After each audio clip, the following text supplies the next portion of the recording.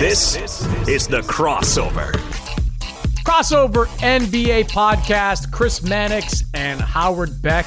And Beck, happy Ben Simmons, James Harden introductory press conference day. That's what we're calling Tuesday, February 15th. I don't think I've ever seen this before, Mannix. Like, this is unprecedented that these guys, first of all, everything about the trade was wild anyway, and we rarely see two all-NBA caliber players traded for each other in the same season, no less, on trade deadline day. And then they had back-to-back presser, like literally, actually the Philly one got delayed a bit, so there was a bit of a gap, but they were scheduled to basically be back-to-back, and it's essentially how it went. Fascinating, too, because these guys, they're very different personalities. Neither of them said a lot. We'll get to that, but you could just kind of, it was interesting compare and contrast. Let's just say that. Yeah, I don't want to unpack some of the things that we heard at this press conference. Let's start in Brooklyn with Ben Simmons. We haven't heard from Ben Simmons since May of 2021. It's been nearly a year. Well, I guess not that close to a year, but it's been a long time. We've had multiple variants in the time since we last saw. True. That's true. Ben Simmons, we haven't heard from him in a long time. So he finally showed up in Brooklyn, and he started to speak to the media today. First time speaking to the media. And he was asked right off the top, what was kind of the final straw for him in Philadelphia? What made him know it was time for a change? I don't think it was really that. It was more so just it was just piled up. A bunch of things that have gone over the years to where I just knew I wasn't myself, and I needed to get back into that place of, being myself and being happy as a person, and taking care of my well-being. And that was that was the major thing for me. It wasn't about the basketball. It wasn't about the money, anything like that. I want to be who I am and get back to, playing basketball at that level and, being myself. So there was the first comment from Simmons. One of the second ones that I heard that was interesting was he addressed the skeptics out there of his mental health.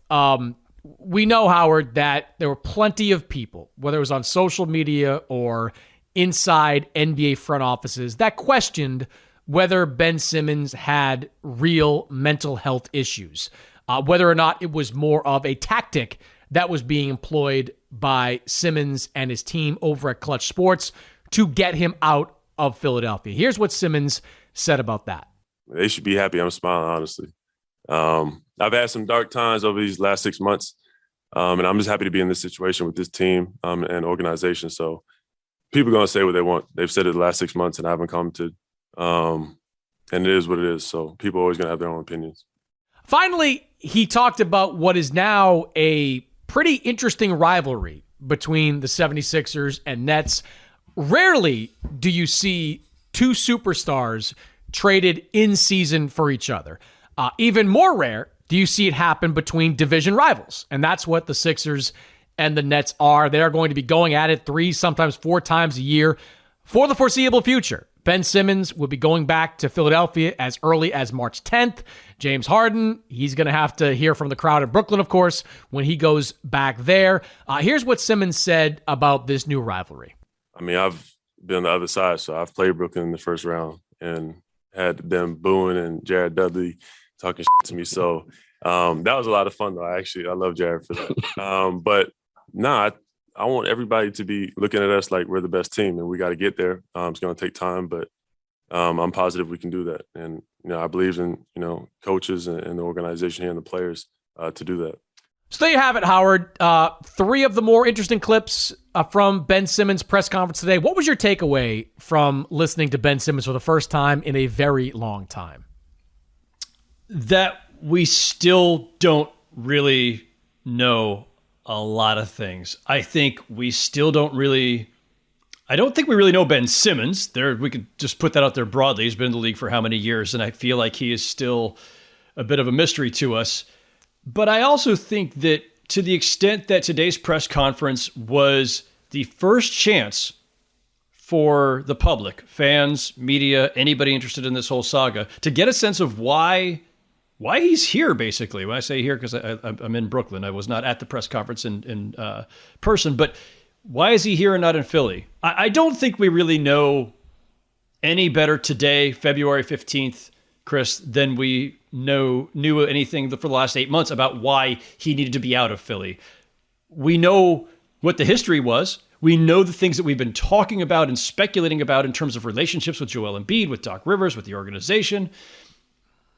We know that he and his representation, well, through his representation, gave the explanation in the fall that he wasn't mentally ready. I don't think they ever actually used the term mental health, but they said mentally ready. And so that it kind of implies mental health. People can put that wherever on the spectrum of psychological terms they want to do. But he did not clear anything up today, Chris. And I'm not surprised at that. Ben Simmons has always played his cards very close to the vest. He's always been one who he's just very flat in front of the media, right? I don't mean that as a criticism. That's just his personality. He's pretty straightforward, reserved, doesn't give you a lot of emotion, doesn't give you a lot of, what he's thinking internally. Occasionally he's had those. There's been some revealing interviews, I think, over the years with Jackie McMullen, maybe a couple others, but we don't know that much about him, and we still don't know today what the reason for his trade demand and ultimately the trade to Brooklyn was about. And I want to just go back real quick, and then I'll throw it back to you. But so the question was from Mark Spears. That very first clip we played was from Mark Spears. The question he asked him was, "What straw made you snap, say it was time to go?" And Simmons' response was, he says, "I knew I wasn't myself. I needed to get back to the place of being myself and being happy as a person and taking care of my well-being." He says it's not about money, not about basketball. And then he says, I want to be who I am and playing basketball at that level and being myself. I don't know what all that means exactly. I don't know if he couldn't be himself as a person or as a basketball player or a combination of those things because of the friction he had with Embiid or with Doc Rivers. I don't know if it's because of something else that was going on in his life. And we can get into this, but I mean, for those who were skeptical of him, I'm not going to take sides on this one, by the way, but for those who were skeptical of his alibi, his explanation of mental readiness as to why he wasn't playing for the Sixers until the trade, I don't think anything he said today is going to persuade any of those folks. No, I would agree. Simmons just a day or two after the trade was at shoot-around with the Nets, all smiles. There was a clip circulating from the game the other night where he's sitting next to Andre Drummond and he's laughing on the bench. Even as stoic as he is at that press conference, as you heard, he's smiling now. Like, he's happy. This, to me, was strictly about finding his way out of Philadelphia. You mentioned what we still don't know. Without more specifics, I'm not sure I buy the explanation that this decision was a culmination of many things that happened in Philadelphia. It has largely been attributed to the end of the Sixers playoff run last year, where Simmons was just brutal in that series against the Hawks. Didn't make a shot in the fourth quarter of all 7 of those games. Afterwards, Doc Rivers, now famously, was asked, does he believe the Sixers can win a championship with Ben Simmons at point guard, and said effectively, I don't know. I still, Howard, if I'm making an educated guess, believe that was what sent Simmons into whatever spiral kind of he went in, but he seemed to suggest otherwise, that there was more to it. Now, he's going to be back pretty soon. He was asked about playing March 10th in Philadelphia. He said, I hope so. I would guess the plan is to have Simmons on the court playing sooner rather than later, and I would venture to guess, and we're doing a lot of guesswork here, there's no doubt about it, but I would venture to guess that whatever prohibits Simmons from getting on the floor early has more to do with physical conditioning than it does mental kind of reconditioning. Remember, he hasn't played in a long time, not since the end of the playoffs last year, and you can work out at as many equinoxes and local gyms as you want. It takes time to get back into NBA playing shape. So, yeah, I don't know how much we learned about Ben Simmons. I do know, at his best, Simmons is going to help. I mean, he is. That team, their defense has not been good this year. Simmons is going to immediately upgrade that. I mean, he's not the one-man top 10 defense that Rudy Gobert has transformed himself into, but he's right behind him. He gets stops at multiple different positions, and that's something that the Nets badly need. On the flip side of it, until I see him make threes, that's still going to be a problem. Until I see him show confidence in his offense in the fourth quarter, I'm not sure Steve Nash is going to be able to play him in those situations. But there's a scenario where the Nets actually are better with Ben Simmons instead of James Harden. Oh, I think there's actually a very good chance that I won't say a good chance. There's a good reason to believe that they can be better with Ben Simmons than James Harden if, and this is a massive if given the man's track record, but if Kyrie Irving is actually on the court and playing all games. I don't know if that's going to happen this season or not, or in these playoffs coming in the spring or not, or if it's next season. I'm not sure if Kyrie Irving is still in net next season.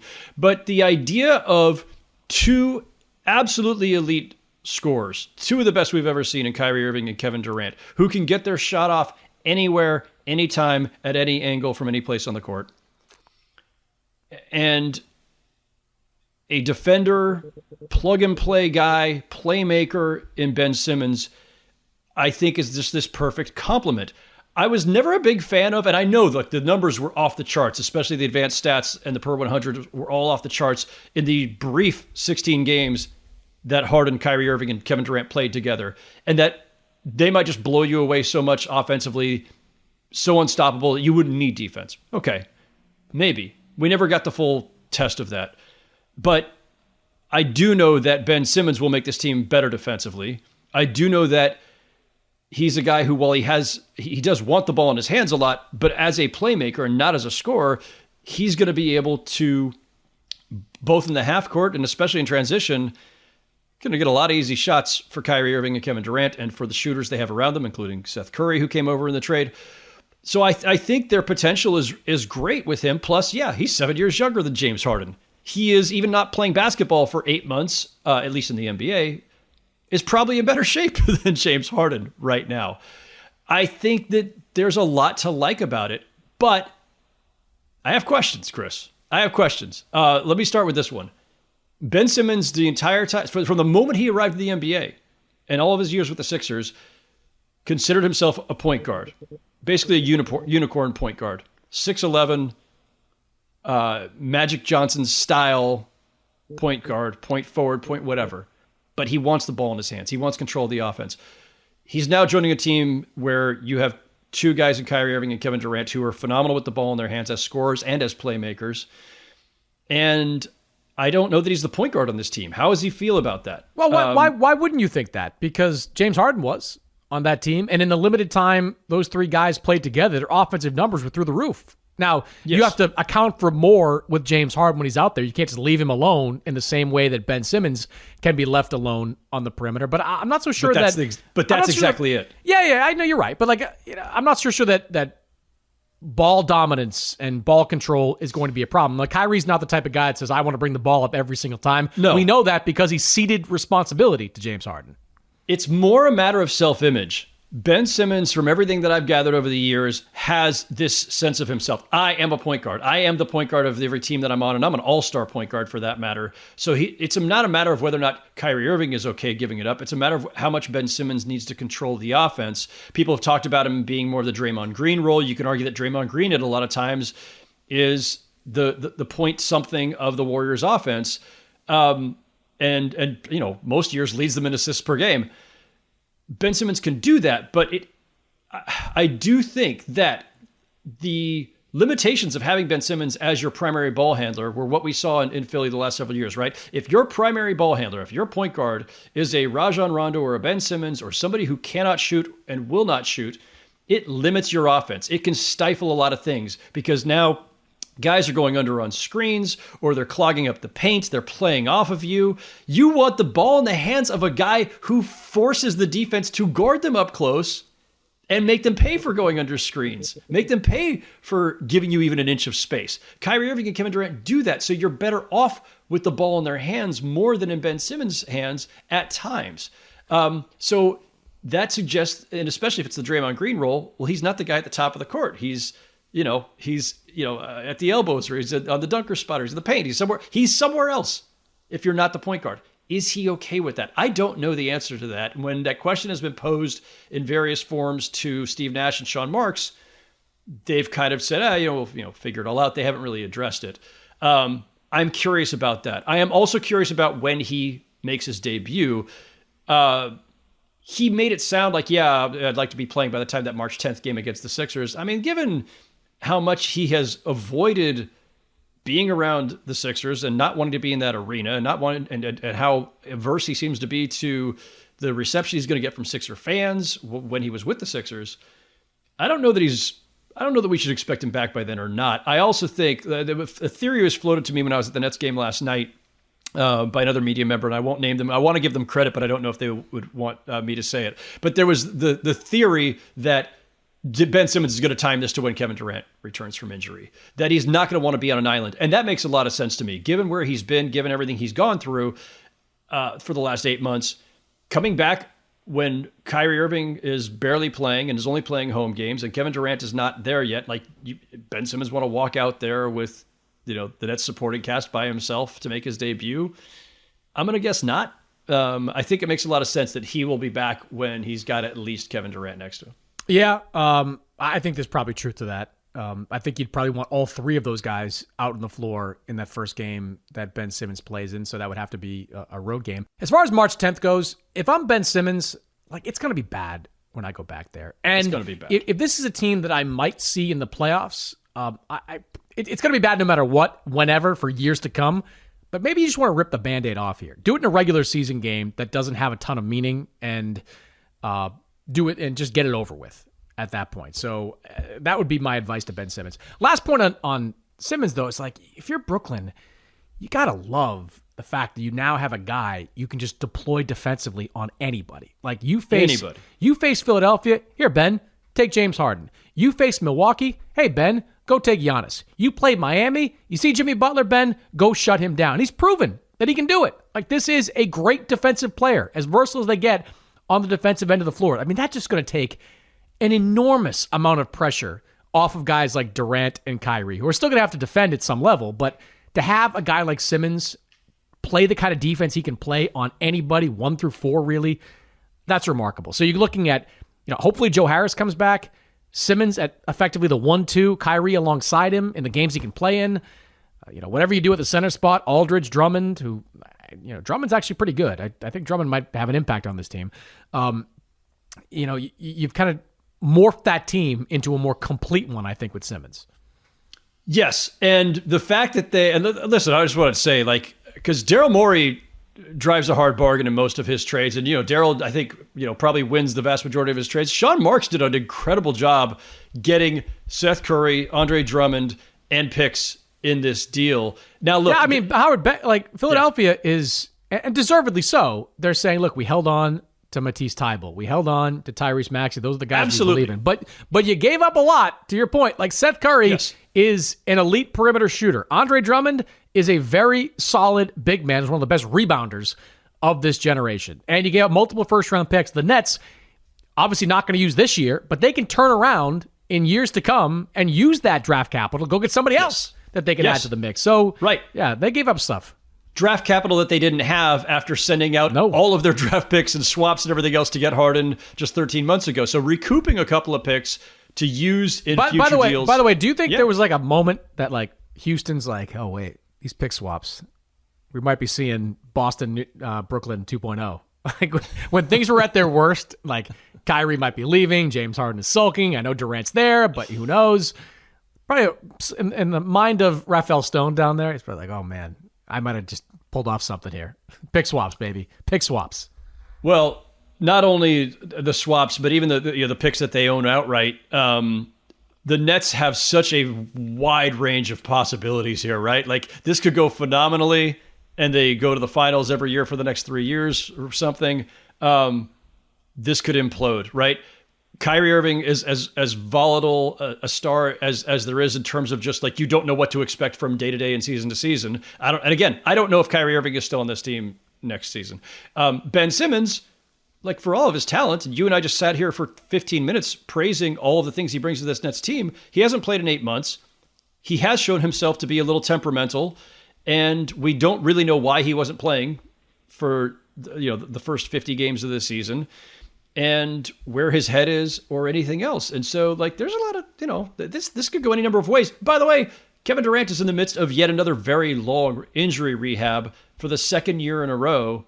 Third year, if you want to count year one with the Nets when he was just rehabbing from the Achilles. But his first 2 seasons of actually playing games for the Nets, he's had multi-week injuries to deal with.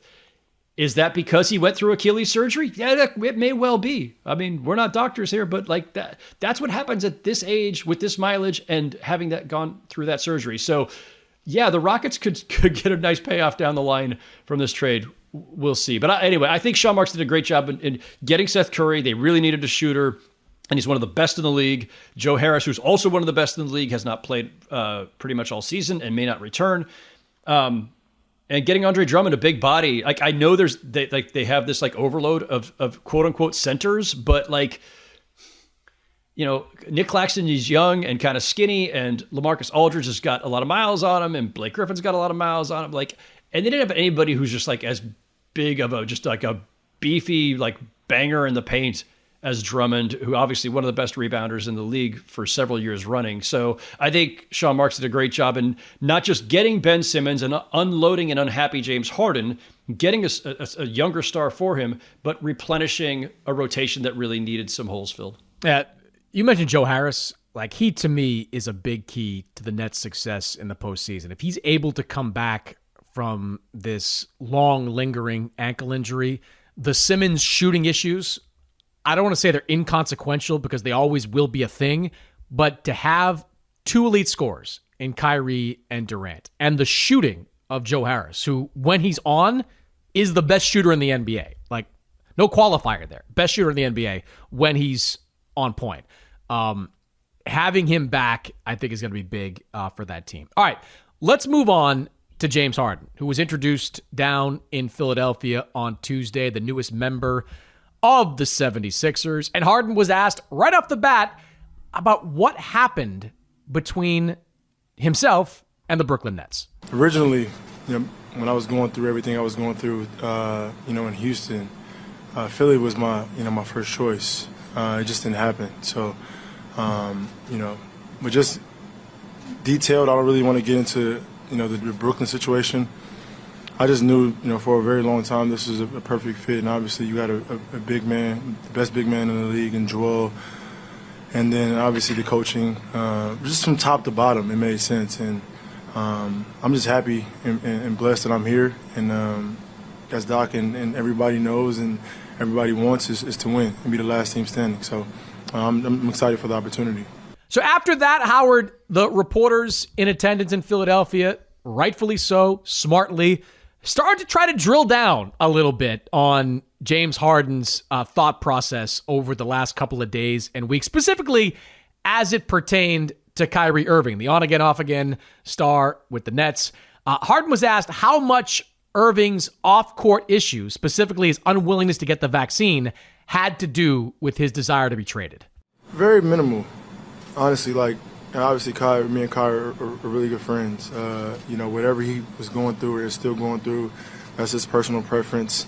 But it definitely did impact the team because originally, obviously, me, Kyrie, and KD on the court, and winning covers up a lot of that stuff. But it was unfortunate that, we played 16 games out of whatever it was, and, it is what it is. But this is, here in Philly is an opportunity that I'm looking forward to.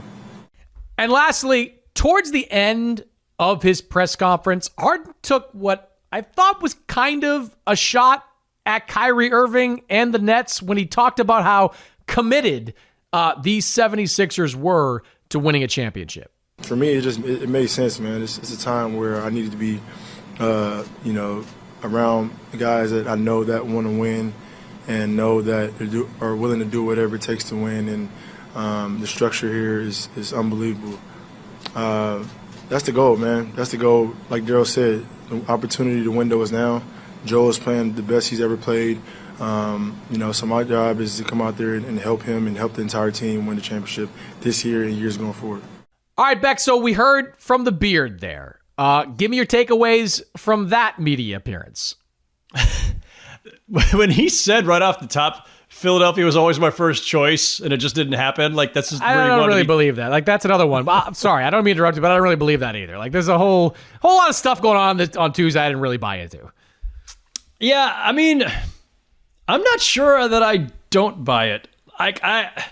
Look, we see in this reunion with Daryl Morey and Tad Brown, who's, was president, CEO, whatever his title is, who also came from Houston.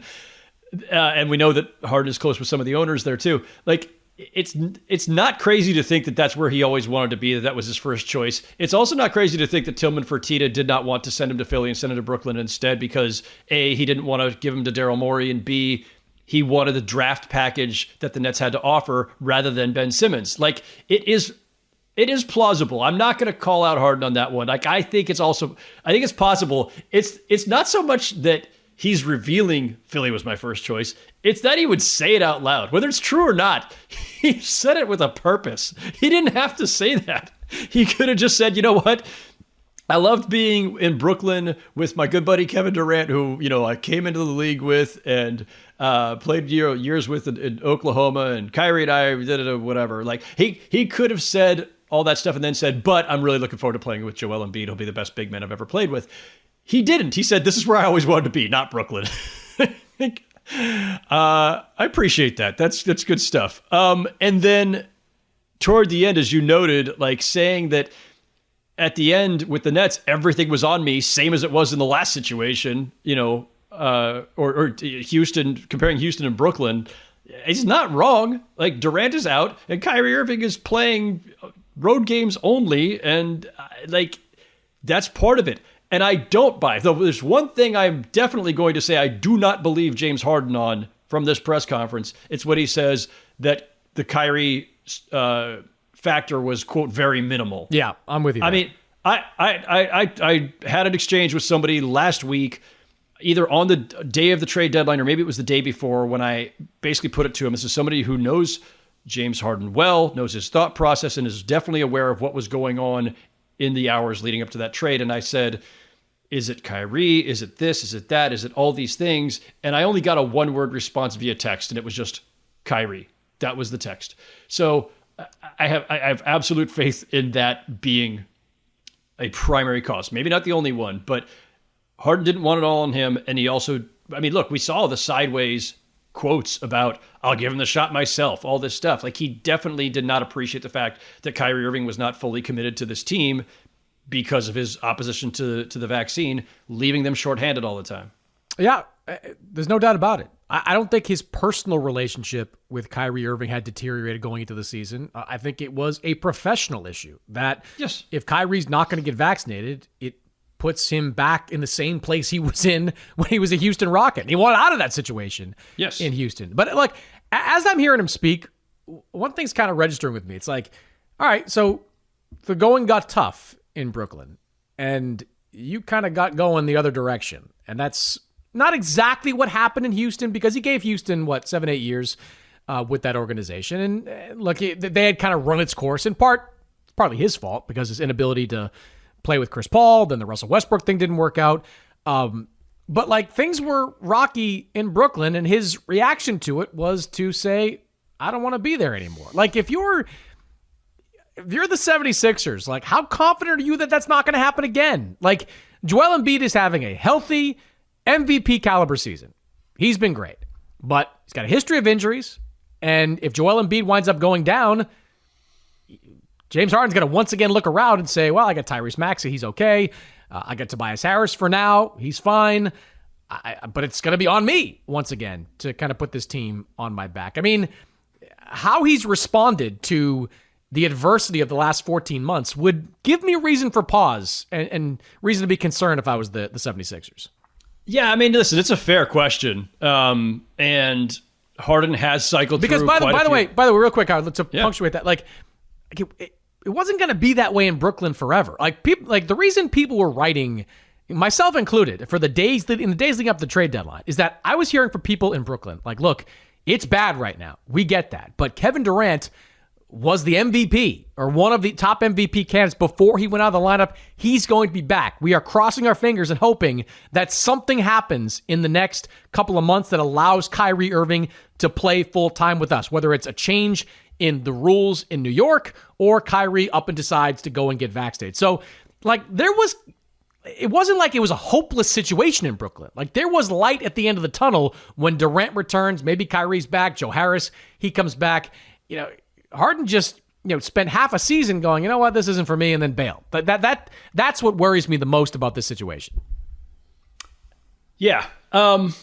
Look, I think if I'm going to make a case for why this will be fine in Philly or why they should not be worried about Harden repeating some of his past tendencies, alienating co-stars and all that, it would be that given his age and how deep into his career he is, and given the fact that he's forced to trade twice in 13 months, he has to know this is all on him. He's got to be, I don't want to say on his best behavior is not the right phrase, but that it's on him to make this work.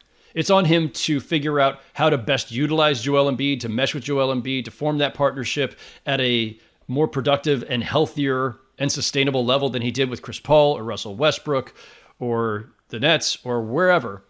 And so that, but the Sixers, that pressure, Howard, the Sixers are preparing to give him a massive amount of power once again. Like, if they give him that contract extension, they'll guarantee him $270 million over the next 5 years. They're going to have to cater to him as much as any other team has. Yeah, and look, but that's today's NBA in general with a lot of stars. They are taking some risks for sure, given his age, given his sometimes lack of attention to his conditioning, given his nightlife habits, given a lot of things. But this was the highest ceiling play that they had, and we'll see where it goes. I think the one thing you said that is the most tangible concern is this idea that Joel Embiid has an injury history. He does. Every year he's going down for, at least 12 to 15 games, right? It doesn't have to be that way in perpetuity, but that's been the history. And so that's a little scary. But it's all about now, right? They're just trying to win a championship immediately. This season, if possible, next year, if they don't get it now. And, they hope for the best. Hope for the best when it comes to James Harden's commitment and his health and his focus, his commitment to making it work with Joel Embiid. And it's a leap of faith on Joel Embiid's health as well. But you're right. If Joel Embiid goes down for half a season and it's James Harden feeling like he's by himself again or not enough talent around him, feeling like it was at times in Brooklyn and in Houston at the end, yeah, that's a recipe for disaster. But I mean, he can't, there's no other place to go at this point. Like, he's running out of teams. He's running out of years of being an elite caliber player.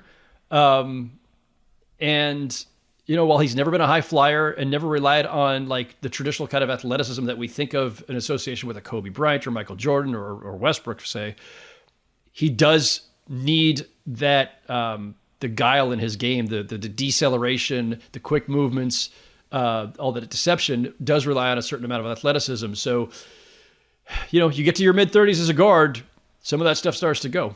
Yeah, and if and when he signs that contract extension, he becomes completely untradeable. Because whereas in the past, if you're paying James Harden $250 million, you're willing to roll the dice. And in his prime superstar who scores at the level Harden does. Now, at age 32, going into next season, in his age 33 season, nobody's going to take on that deal. Not one's going to pay him in excess of $60 million when he's in his age 38 season.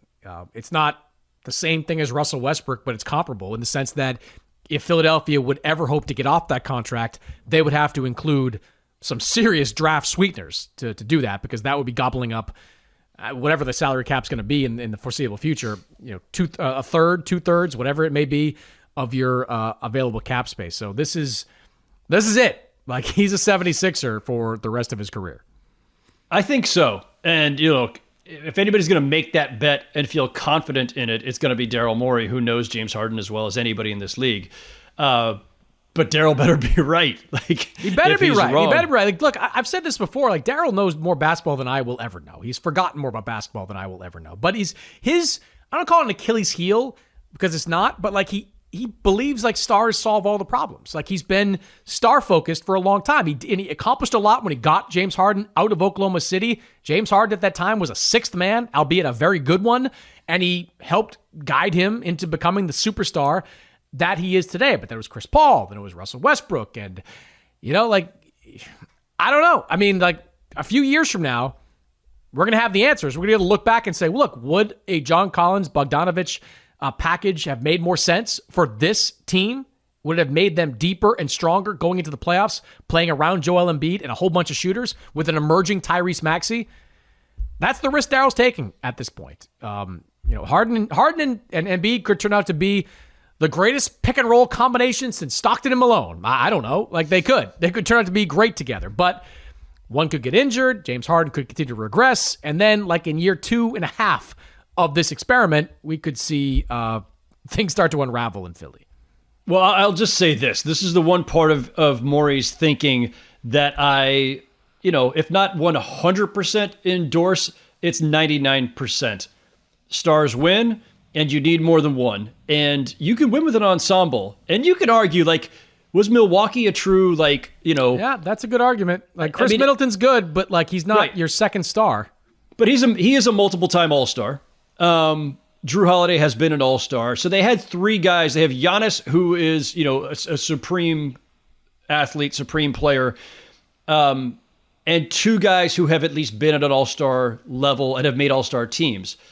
Could the Sixers plus John Collins, who's not been an All-Star, Bogdanovich, who's not been an All-Star, Tobias Harris, did he make one All-Star team? I can't even recall. I think he did. Yeah, he did. Tyrese Maxey, who may one day be, but we don't know. That's the other part. We discussed this briefly on the Megapod we did last week, but I'm fascinated to see how Maxey and Harden mesh. Because Maxey had the ball in his hands a lot when he was the primary playmaker. James Harden presumably becomes that guy in Philadelphia. Like, how big a step back, if at all, is Tyrese Maxey going to take? Because he was one of the best stories coming out of Philadelphia this year. He is one of the biggest reasons that they're in the position they're in today. But the teams that have made the finals and that have won championships for most of your and my careers have been teams that had two identifiable stars and sometimes three and sometimes even four, right? Toronto was a little bit of a weird outlier, but Kyle Lowry was still a perennial All-Star at that time. Siakam played like a star. How dare you disrespect the Detroit Pistons of yesteryear? How dare you? Milwaukee and Toronto are the two recent outliers, sort of. Everybody else has been super teams for the most part. Also, two of the three most recent champions, though, so maybe we're seeing a trend, perhaps? Maybe. I mean, listen. Where chemistry matters more than perhaps star talent? I'm a big proponent of the hope and the idea that that's the case because most markets cannot create super teams. Nobody's forcing their way to Indianapolis or Minneapolis or a lot of other places in this league. So we need an antidote to super teams. We needed teams to be able to do the ensemble thing where you just get one superstar and a bunch of really good, well-fitting players around him and have phenomenal chemistry and be better than the sum of your parts. I want that to work, Chris. I want to believe in that. And I think that Milwaukee and Toronto, in their own ways, sort of support that premise.